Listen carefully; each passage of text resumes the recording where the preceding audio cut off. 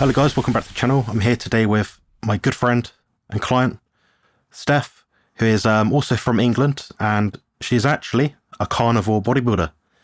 She's looking to do a show this year under my guidance and my support and help.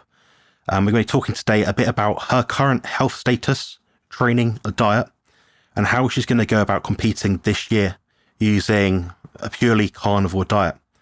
So before we get into all the deep nitty gritty stuff, I'd just like you to outline roughly who you are, what your current health is like, and how you found the carnivore diet. Yeah. Right. First of all, I'm a 52-year-old, postmenopausal lady. I've been through everything. I was vegetarian for 17 years, which led to me developing multiple autoimmune disorders, celiac, and Hashimoto. I then found keto, and that helped a lot in respect of controlling some of the autoimmune disorders. However, we're still getting reactions, and I couldn't work out what the reaction was coming from, mainly skin reactions. And then it wasn't until I heard from Sean Baker about the N=1 experiment, about carnivore lifestyle, I decided to give it a shot. I even gave up coffee, which for me is like in Italian, giving up coffee is unheard of. But I did give up coffee for those 3 months. It was absolute torture. But the rest, cutting everything out, including just having meat, pure meat, there was no fish or anything at the time, made a huge difference in respect controlling the autoimmune disorders and feeling better in myself. Now, I've got, as I mentioned, I've got multiple autoimmune disorders. So I have actually had one of my thyroid removed in 1997. And I was on levothyroxine I've been on levothyroxine ever since. It went all the way up to 250 micrograms a day, which is a massive dose, because they couldn't get quite the right result. They couldn't work out what was going on. We then decided to have a look at the thyroid to find out why the medication wasn't working, and found out that somehow one of my thyroid had disappeared. I was supposed to have one and a bit thyroid left. All I had was a bit of a thyroid left. So there was a little bit of bit of confusion there. What happened to my missing thyroid? But that's something that we couldn't find out. Well, there's a thought that they might have removed it by mistake, but we don't know that anyway. So the end result was that they got me all the way up to 250 micrograms a day, and then the TSH seemed to stabilize according to what their range is. But we know the TSH range is ridiculous. It's too wide. I was still feeling like crap, and I was being told, "No, that's fine, everything's good now, your T4, TSH are good." And I got to the point where I could barely get out of bed. I had no energy. I couldn't think straight. So I then found out about T3, the other thyroid hormone, through Thyroid UK. Nobody ever mentioned that to me at the doctor. So I did pay for my own blood test, and the blood test included the antibodies. And I found out my T3 was rock bottom, and my antibodies were sky high. So that's when I found out I had Hashimoto. I went to a private endocrinologist who prescribed T3, and as soon as I started taking that alongside the levothyroxine, it was night and day. The difference was ridiculous. I could think straight again. It was massive difference. When I started that, I was on 100, it was 250 micrograms of levothyroxine, and I was on 100 micrograms of T3. And when I went keto, I was able to decrease the levothyroxine to 100 micrograms of that, and 100 micrograms of T3, and going carnivore, now we got to the point where I'm taking 100 micrograms of levothyroxine 4 days a week, and the other 3 days I'm taking the T3 100 micrograms. So actually to decrease, not taking them together anymore, and that's despite the fact I've only got 3 milligrams of thyroid gland left. So that make a massive difference for me being carnivore. In addition to that, I got celiac disease. Obviously, celiac disease, you can't touch gluten, so all the autoimmune protocol, so you can't have any of the nightshades vegetable, which I wouldn't touch anyway. So that is a no-brainer. And then I also found out, following the problems we had in the last few years, which we're not going to say what it is, I ended up developing lupus. So that thing activated lupus for me, which is again is another systemic disease which asks you to pot. In addition to that, I found I got hemochromatosis. So I got a full bag of stuff going on. However, hemochromatosis, despite what some people might think, carnivore diet, hemochromatosis can be right. To be honest with you, I've got full diagnosis, that is a genetic disease anyway. I donate blood every 4 months and absolutely fine. Provided I can donate blood every 4 months, I'm absolutely fine. And there's no issue. I eat red meat every day. So I eat beef and lamb every single day. It does not impact, my hemochromatosis whatsoever. So I will get high iron levels regardless of whether I was eating red meat or not. It's everywhere. So it will make no difference for me. And it's absolutely fine having the carnivore diet. So we're now at the point where I went through menopause while I was carnivore. So I hit the menopause. I've been carnivore now for 8 years. I hit the menopause 6 years ago, and I didn't even know I was in menopause, apart from the obvious thing that period stopped. But I had no symptoms whatsoever. So I had no hot flashes, none of that awful stuff that everybody hears about. And they tried to put me on hormone replacement therapy because they say, well, you have to get your hormones up because it's not good for your bones and all that. I listened to them the first time. They put me on that and made me feel like crap. I started getting PMS symptoms. It was like being back on my periods. So I stopped doing that, and actually carnivore diet is left me in the position where I don't have any symptoms whatsoever. So actually, I've actually feel better now than I felt even when I wasn't menopausal, postmenopausal.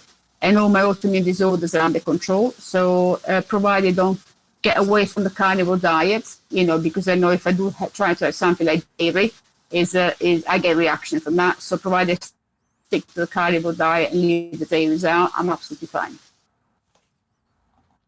Yes, amazing. I find it quite inspiring myself. I mean, I don't have that many autoimmune disorders by any means. And I see someone like you progressing, staying very lean, building muscle, having an enjoyable life, using the carnivore diet. So it just goes to show, it is for everyone. There isn't really, but I'm this, therefore I can't do it.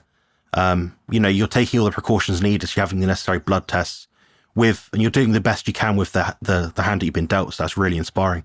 Now, I want to talk a little bit about your current training. Yeah. So we're working together now for just over a year, I think.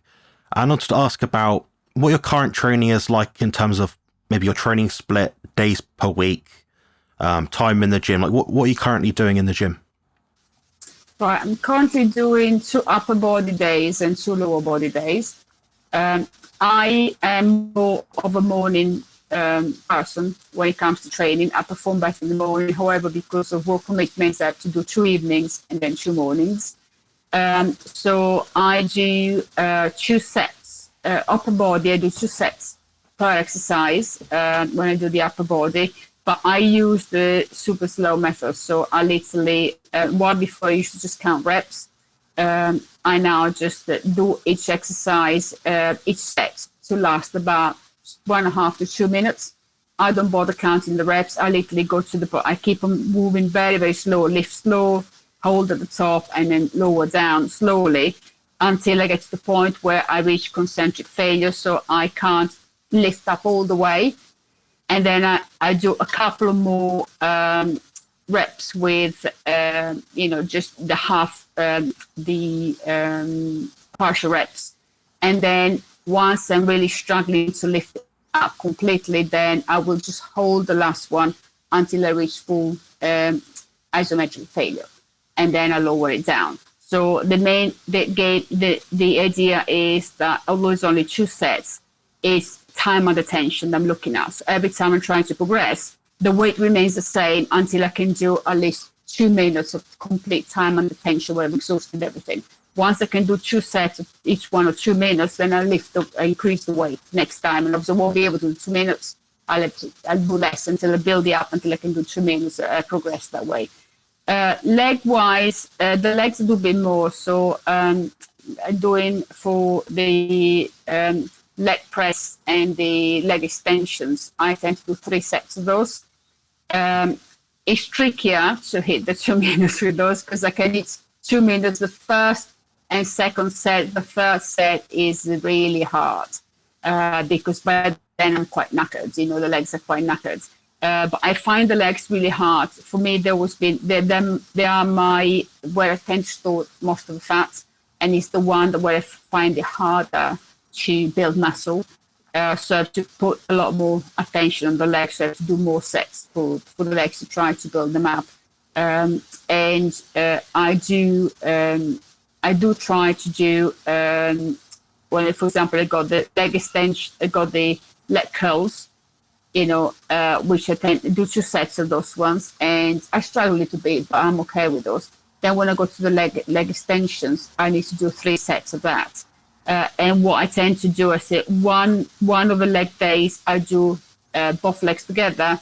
On the other leg day, I'm doing single leg extensions, just to try to make sure I've got the same level of strength in both legs and it's symmetrical, if you like, because I do have a tendency, my right leg tends to take over. Being right-handed, I tend to be stronger on the side, so I want to make sure the left leg is the same level. So I tend to split them that way. So that's for that. And then I do a couple of, I do some core exercises just to strengthen the core. This is also very important. And for the upper body, I don't struggle much with the upper body. It's very weird. I find that I can do the upper body exercises fairly comfortably, apart from when it comes to some of the pulling exercises. I got some problems because of injury in the wrist. I had 2 operations, so I had to use straps. When the weight gets to a certain point, then my grip will go. So I have to use straps just to make sure I don't let my grip determine how much I can lift. You know, for the especially last pull down is one of the exercises where I have to use straps. Otherwise, my grip will go well before my lats are ready to let go. You know, so I have to compensate for that. Yeah, but otherwise I'm doing upper body, lower body, and then I have a couple of days break, upper body and lower body. So that's what I'm doing at the moment. And I'm in the gym for about 45 minutes up to an hour. It's an hour normally when the gym is very busy, you know, you got to walk around the machines, if you like. But otherwise, I try to stick to 45 minutes because normally I'm quite cooked by then. So I don't like to stay in the gym for 2 hours. There's no need for that. Yeah, you brought some really good points there, especially about, you know, controlling the weight, working to isometric failure. And also as well, you apply more volume when perhaps you can't really truly meet isometric failure with, for example, the leg press, leg extension. You know, although people can do different intensifiers, some people just prefer to do, you know, just an extra set. They both work. You know, there's more than one way to skin a cat. And it obviously seems to be working for you because, you know, looking at your sheets, you know, your data, you know, because I understand you do body composition scans and things. Things tend to trend upwards when you're going for a goal. So this month I'm focused on muscle gain, you know, very slight progressions, but you're an advanced trainer. You've been training for probably decades now. So I'm not expecting massive 4 kilo jumps in body weight in a few weeks. So you're looking at those microaggressions. Yeah. I would love that. Yeah, same. Takes a long time. Yeah, I agree. It's funny really because we'll train different ways, but also we have to find a way that resonates with us, that we enjoy. And Stef's a bit like myself. She likes to go ham in the gym and just go nuts. Just work really hard in the given time that you have, and make sure you're applying yourself. That's the key to any sort of training program, I think. Now, the next thing I want to talk about is a little bit about your macronutrient intake. So anyone that is probably watching this understands I don't track calories. I call it a lazy coach's way of applying a metric. I'd rather someone no protein, no fat, no carbs, and any combination of that, assuming the same calories, will have a different impact on body composition, as I've found, and I'm sure Stef has found in the past as well.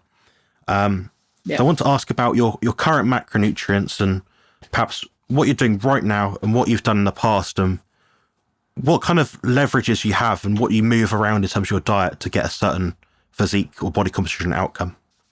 Yeah. Right. In the past, I come from a past where I was dieting all the time. Yo-yo diets is what would describe me before I was keto and then definitely carnivore. So it's I've always struggled with my weight. I've always been a larger person. I've always been in ladies size. I've always been a size 16 up until I got my son.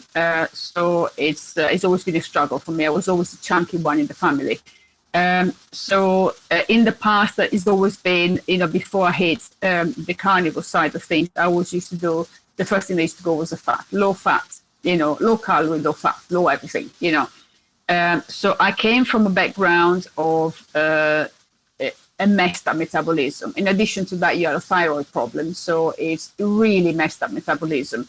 Because that's one of the things that carnivores made a massive difference for me, because it moved my mindset away from counting all these calories and being neurotic about food, the quantities. Because the one thing I noticed with carnivores, I could actually eat large amounts of meat, and my weight wasn't increasing. So it was the first time I actually let go of this having to. Well, I still measure everything, because I'm one of those people is how do you call them? OCD. Well, I'm beyond OCD.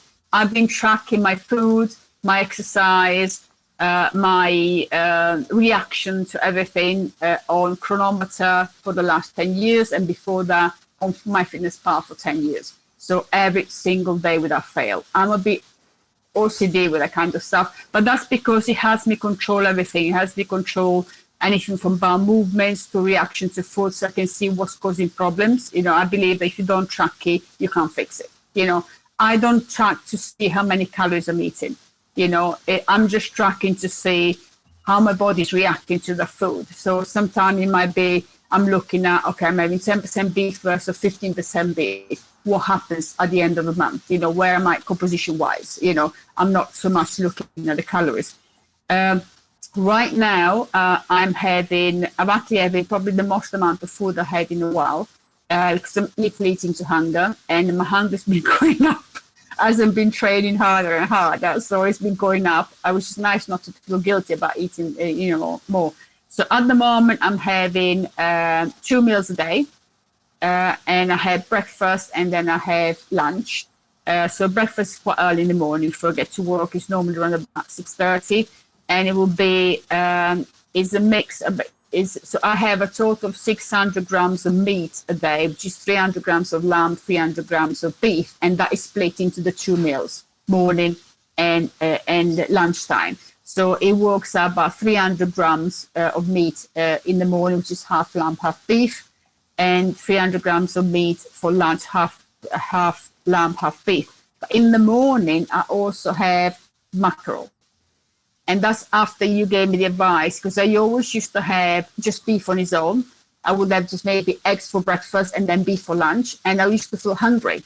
My hunger was out of control. And you mentioned, why don't you try to mix different proteins? So I'm having the beef in the morning and the mackerel, which is tin mackerel, but it's in spring water. Obviously, don't mix it with the beef because it would be disgusting. I eat beef first and then mackerel separately because, I don't think it will go well. And then for lunch, I'll have the remaining 300 grams of beef and lamb mix with 3 hard-boiled eggs mixed together. And that normally works absolutely fine for me. And then I train in the evening during the week, and I train in the morning on the weekend.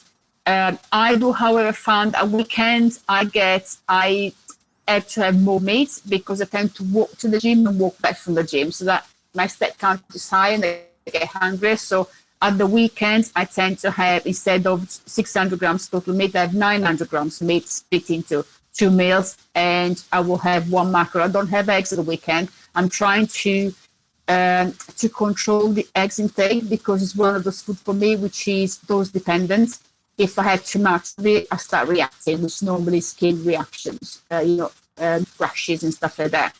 So I find if I have the eggs 5 days a week and the other weekends, I just have a break from them. So far, it's working absolutely fine. So that's what I tend to do at the moment. So it works about 155 grams of fat, 155 grams of protein. I do have days, like for example, Mondays. Mondays is a day when my hunger is sky high, and that's because Saturday and Sunday is my days when I train the hardest. I also have the extra step going to the gym and coming back. And I find that Monday I'm more hungry, in which case I will have either extra mackerel, an extra tin of mackerel, or I'll have another couple of hard-boiled eggs just in the evening if I feel that I need to. I try not to eat too late because with me having such a slow digestion with celiac disease, I find if I eat too late, it messes up my sleep. So if I have that, I try to have it at about 6:30, no later than that, and then I can go to bed at 10:30 and absolutely fine. So that's what I'm doing at the moment. I don't add any fat to the meat because lamb, it's got enough fat in it. I just cook it in a pan, add a bit of water so it doesn't stick to the pan, and then I just prepare my meals. Every evening I prepare my 2 meals, the breakfast and the lunch, put it in glass containers, and then I take one to work with me, and one in the morning when I get up. And I eat and I drink coffee. Yeah, I do have coffee. I'm Italian. You will not take coffee away from me. No chance. I remember that at the start. Yeah, you said I'm Italian. I have to have my coffee. No, I was raised with espressos. There's no way you're going to take that away from me. It's decaf. I have decaf, so I've improved on that. Yeah, that's true. I think you brought up some really good points, especially about, measuring things, tracking things. Now, people probably watching this, listening to this, will probably think, well, no, we just eat to satiety. The problem is the human body isn't exactly perfect, and it can sometimes lie to us a little bit. If my sleep, for example, last night, my sleep was off, I'm really hungry today, like really, really hungry. I had about 4 hours sleep. I also decided to train today because I'm absolutely stupid and masochistic. What have you. I still enjoyed my session. But the point is, your appetite will not always be the same. So although Stef here is, tracking things, what she's doing, she's also alleviating some of that extra stress by trying to force herself in the same bracket of macronutrients every day. So she's not having, every single day protein 155, fat every day 155. No. Sometimes it's a bit more, and it should ideally match your appetite. And that's where people tend to run into issues. So what I recommend to a lot of clients is give yourself, depending on your size, activity levels, that 5-10 gram either way sort of bracket. Perhaps for Steph might be a bit larger than that because she is significantly more active on the weekend. So it does make sense to me, and that's the approach we should all be following. Ultimately, people get probably 90% of the way there, just reaching satiety with animal foods alone. But Steph's trying to achieve something which is very difficult to achieve, and that's building a really good cracking physique to go on stage as a female carnivore bodybuilder. We haven't really seen it this much in this kind of space. At least I don't think I've seen a carnivore bodybuilder as in doing it purely carnivore. So I think she might actually be the first, which is pretty cool. But the purpose of this kind of talk, and we will go into more detail in a second, but is to go through the details of what carnivore bodybuilders do off season. So she's outlined what she's currently doing, transitioning into the contest preparation sort of phase. So Steph, with that point in mind, when is your competition that you're planning to do this year? Is 22nd of September. So it's a while to go. However, I know that because of the thyroid situation I've got and the postmenopausal situation, so I know the way my body works, and as I mentioned, I put on weight very quickly, and it takes me forever to take it off. So I need to allow myself enough time to do it gradually, because there's no point in going on ridiculous amount of restriction, and then all I'm going to get is going to create a massive hunger, and then I'm going to end up binging, going completely out of control. So that's why I decided to wait until September, so it will give me enough time to do the change that we need to do gradually. And I know with me the fat intake makes a big difference. When people say, oh, you should satiety, listen, I did not have a satiety level at all, because I did try to do the program with priming and fasting. Well, I did priming for 10 days and I put on 5 kg, and I still never hit satiety. I had to stop myself because I thought it's ridiculous, I'm eating way too much food. I did not have that feeling at all, and it took me a while to get back to that. I don't know why, what was it that wasn't working for me, why I could never feel satisfied. I suspected that it was because I was having way too much protein, not enough fat. Because again, when I started carnivore, it was I was still on the mindset of low fat, you know. So, and I find that if you have too high protein and not enough fat, you still feel hungry. You know, after a while you feel hungry. So I had to try to let myself go and have a bit more fat. But at the same time, with the situation with my thyroid and with being postmenopausal, that fat level, you've got to be so careful, because if you go too high, the weight you put on is literally, I can put on weight very quickly, and then it will take me a month to take it off. So it's got to be very gradual. But I know when the time comes, it will be slow reduction with the fat, and then walking. Walking for me is a massive fat loss exercise. I find that if I do too much cardio, I'm absolutely ravenous, and then it becomes counterproductive. I end up eating more. So by walking, because it's relaxing, I listen to podcasts, I go for a gentle walk and I listen to podcasts. I find it very relaxing. But that when I did that when we were all locked in, it made a huge difference. I stripped off the fat. I wasn't even trying to strip off the fat. So definitely is fat, you know, reducing the fat gradually and then increasing the step count, I think might work better. Yeah, it makes perfect sense. And what she's talking about here, you know, in case you didn't sort of catch on properly, she's talking about walking. She's not talking about running on a treadmill, talking about going for a walk outside, weather permitting, something where her heart rate's slightly elevated, but just enough so she's got some physical activity without impacting her training, impacting her joints and recovery and so on. The point she made about the appetite, you know, if you pound away on the treadmill, you know, lots of concentric loading, incline perhaps, that's going to damage your muscle fibers. And you'll see that when you have a blood test and you measure your creatinine kinase amount. So I had my levels when I competed 2021, and they were, I believe, 3006. And for anyone that knows anything about creatinine kinase, it's not meant to be 3006. I was doing a lot of activity and that's what caused it. So my appetite was really high, and that's why my food intake was also very high. So in hindsight, I've learned from that experience. And Stef also intuitively, without even sort of listening from me, has obviously worked that out for herself as well, which is really interesting. So it doesn't always support, you know, the resistance training only sort of thing. There is some wiggle room for other stuff as well. But like she said, 4 sessions per week, upper lower sort of split, you know, staggering her nutrition slightly, biohacks, so she's outside, just getting a bit of sunlight, fresh air. A lot of people don't get that. A lot of people do not get that. So she's making a conscious effort to get that. And that's especially considering, you know, she's worked predominantly in an office-based job inside, probably lots of blue light, lots of toxic environmental stuff, which she can't obviously manage herself. So it's great to hear. Now, the next thing I wanted to talk about a little bit was what your initial plans were in terms of competing. So I understand now you've got a lady posing coach sort of thing, so you're checking in with her sometimes. We're going to meet in the near future as well to talk about that and how that's getting on. But what is your kind of approach to it right now? What are you thinking? This month I'm going to do this, the next month I'm going to do this? Well, at the moment, right now I'm trying to build as much muscle as I can.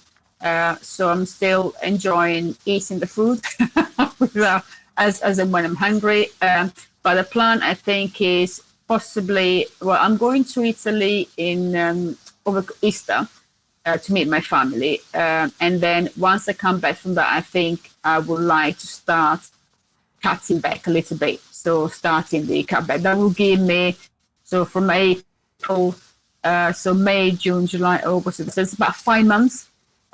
So 5 months of gentle cutting, so to get down to what I need to be. I've actually taken my measurement today with the Tanita scale. I've got 2 scales in the bathroom. One is the Tanita, which got a segmental, so it's got both the hands held things and the feet, which is the most accurate one I use for my clients as well. And then I've got the Withing scale, which starts, you just stand on it. Now the Withing scale starts me at 16% fat, body fat. No chance in hell. I mean, I wish I was. I'm not. Tanita started me on 23%, which is actually more realistic. So I need to go down. I think you mentioned it's going to be probably 13% to be on the bikini one. So I need to drop 10% body fat basically.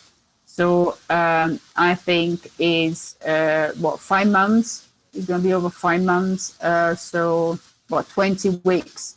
That should be, should be okay. So I like to see start the manipulations and see the plan is to start in April, and that should be enough, to drop that down. Because I said by then the days will be lighter, so the nights will be lighter, so I can actually go for walks in the evening. Now it's not safe to walk at night here. It's not lit. So and that will help, the extra steps and dropping the fat gradually. That should get me to a nice position. When the contest is, then I'm going to be in the right position. I want to get there in the best shape of my life. So I want to get there, and I would like to place, so I don't want to go there and then at the last. So if I do all this, I like to, start something coming out of that. So that's the idea. But it all depends on how the body responds. So obviously for this one, we'll take your guidance because you've got more experience in this kind of things, whether 5 months, contest prep, starting the cut is enough, or whether you think we're going to need longer for that. I mean, you're the expert on that one, but that was generally the guidelines for what I was planning to do. Yeah, for sure. So my approach, thinking about it logically, is to get you from assuming there was an accurate way to measure it, going by trends sort of thing. I say go from about 23 to about 18% body fat over the span of maybe 2 to 3 months. So a bit of a cut, but not a heavy kind of cut. Then from there, we'd reassess, how much food do we have to drop? How much activity do we have to increase to get to that point? Then from there, I'd be able to assess, okay, maybe we need to add in this kind of strategy, add in this tool, reduce this, increase this. But it's an as needed, as per requirement, case by case basis. There's no guideline for any of us. We're making educated guesses, I'd say. We're almost winging it. But we don't know because, dealing with several autoimmune diseases, the intolerances that you do have to different foods, we can't manipulate things too much too fast. So I want to get you to a sort of cruising spot where you're about below 20% body fat, feeling relatively good. Then whenever the time hits, we can say, okay, now we need to sort of buckle down a bit, and we might introduce some particularly lower fat sort of days, things like that. But I'm hoping, knowing you about your fat loss past, what we can manipulate with the levers that we can pull, it shouldn't be too abrasive on you. And that's always my intention with every kind of client. It's a health focused first kind of approach, and also getting the physique right. And I think we're going to make it. And I think it's going to be absolutely incredible to see someone, I say of your age, a little bit older than me, do a really good job on a bodybuilding stage. My son is older than you. Yeah, that is true, but I think it's going to be a lot. Yeah, a little bit. Yeah, but I think it's going to be good to see what someone can achieve. I think it's going to be very, not just for me, there'll be women out there perhaps watching this. I know I've got a few channel members that are female, probably about your sort of age themselves, and they're thinking, well, I can't do this. Well, Stef can. I can, know. You know what is, as I said, is before I found about carnivore, even on keto, I was getting better, but I was still struggling a lot with my weight as well. Ever since finding carnivore, it's just made a massive, not just for the autoimmune disorders, but for my body composition. I'm now when you look at muscle mass versus fat mass, I'm up in the best shape I've ever been in all my life. Even when I was in my teens, I wasn't like this. Strength wise as well. If you do what works for your body, the body will reward you. There's no way around it. And when people say, when you're post-menopausal, you hit the menopause, that's it, that's the end of it, then you got no chance in hell of doing anything. That's rubbish. Yes, you do start accumulating fat in areas that you didn't before. I mean, I noticed that as well, so it does happen. But, it doesn't mean just because your body's changing that, you can't achieve anything anymore. That's absolutely rubbish. Women have gone through the menopause for hundreds of years, and they never needed any HRT before. So, it's this as a natural progression of the life cycle for a woman. It's the normal thing to happen, and there's no reason why there should be something that stops you to do what you want to achieve. Whether you're postmenopause, whether you got autoimmune disorders, I've got 4 autoimmune disorders and hemochromatosis. I mean, the end of the day is you can't be defined by what you have. I mean, yes, we know that genetically we all may have some predisposition for something, but at the end of the day, is the gene load the gun, but it's the environment that pulls the trigger, as we know. So we can't control our genes, but we control the environment, and we can control our lifestyle. And you control that, and then you got to the control of what your future is going to be. That's the way I look at it, anyway. Absolutely, yeah. I mean, I'm going to leave this conversation now. I'm sure people that are listening to this are as well, motivated as hell. And you've got 5 months now to get ready. So what we're going to look at doing on my channel is just doing something maybe every few weeks or so, a bit like this, just as a step-by-step phase, what we're doing at what point, and just have any sort of updates, and we'll have a little discussion at some point about anything relevant in the nutrition space as it stands right now. I just want to say thank you very much for coming on. I appreciate your time a lot. I appreciate it is Sunday, and you're looking probably to get outside soon and relax and do some stuff. So. No, thank you for having me. Cheers. Take care. Build muscle and lose fat on the carnivore diet.